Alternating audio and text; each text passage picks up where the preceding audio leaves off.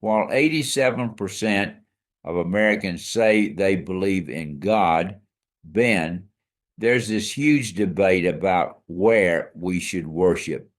This ancient text from Deuteronomy has some pretty surprising things to say about that.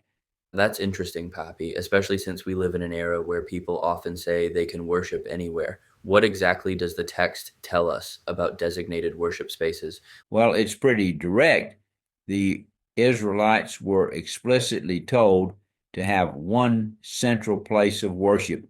And not only that, they were instructed to destroy any other religious sites. We're talking about a level of dedication that would seem extreme by today's standards. The contrast with modern spiritual practices is striking. Pappy, how do you think this relates to our current spiritual but not religious culture? That's precisely what makes this so relevant, Ben.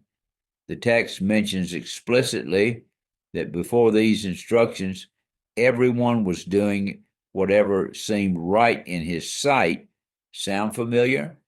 It's like reading about modern spiritual individualism, but from thousands of years ago. Hmm.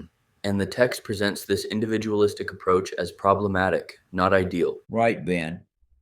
And here's what's fascinating. Studies show that people who regularly attend communal worship report 20% higher levels of life satisfaction compared to those who worship alone. The text seems to understand this human need for collective spiritual experience. That's such an interesting correlation, Pappy. The emphasis on communal worship stands out in the passage.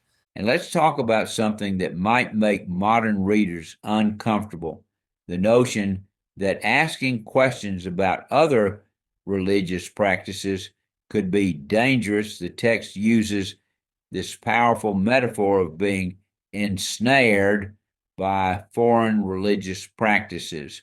Well, that's quite different from our current interfaith dialogue approach. Exactly. And you know what's particularly interesting? Research shows that about 30% of Americans regularly blend different religious practices. But this text suggests that spiritual syncretism, mixing different religious practices, was seen as a serious threat to authentic worship. The emphasis on maintaining pure worship practices is pretty striking. What about the different types of offerings mentioned? Oh man, this is fascinating. There were 6 different types of offerings, each with its purpose. And here's what's interesting: archaeological evidence shows that these weren't just religious rituals, they were major community events that could involve hundreds of people. So it was really about building community through worship. Precisely, and get this, the text connects proper worship with societal well being.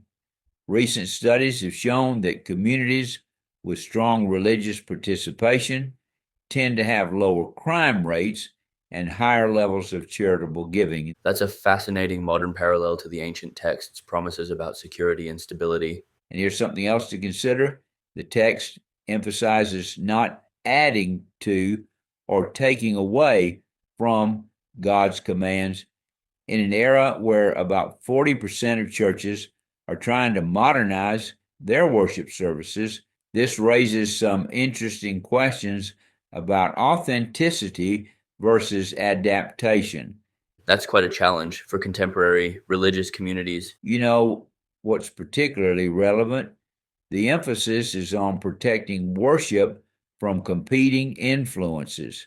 In our digital age, where the average person is exposed to hundreds of different belief systems online, how do we maintain such a focus?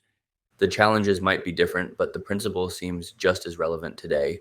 And consider this: while we're not bound by the specific regulations about sacrifices and locations, the underlying principles about dedication and focus are supported by modern psychology. Studies show that having designated spaces and times for spiritual practice significantly increases consistency and meaningful engagement. So, in a way, these ancient instructions were tapping into something fundamental about human nature and worship. Ben, here's my takeaway.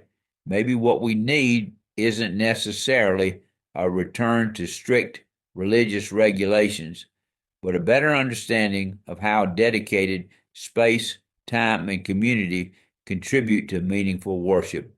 The ancient wisdom here might be more relevant than we think. Pappy, that's a powerful way to bridge the ancient and modern perspectives on worship. And you know what, Ben? Maybe that's precisely what we need to consider in our increasingly fragmented spiritual landscape, how to maintain authentic worship while engaging with the world around us.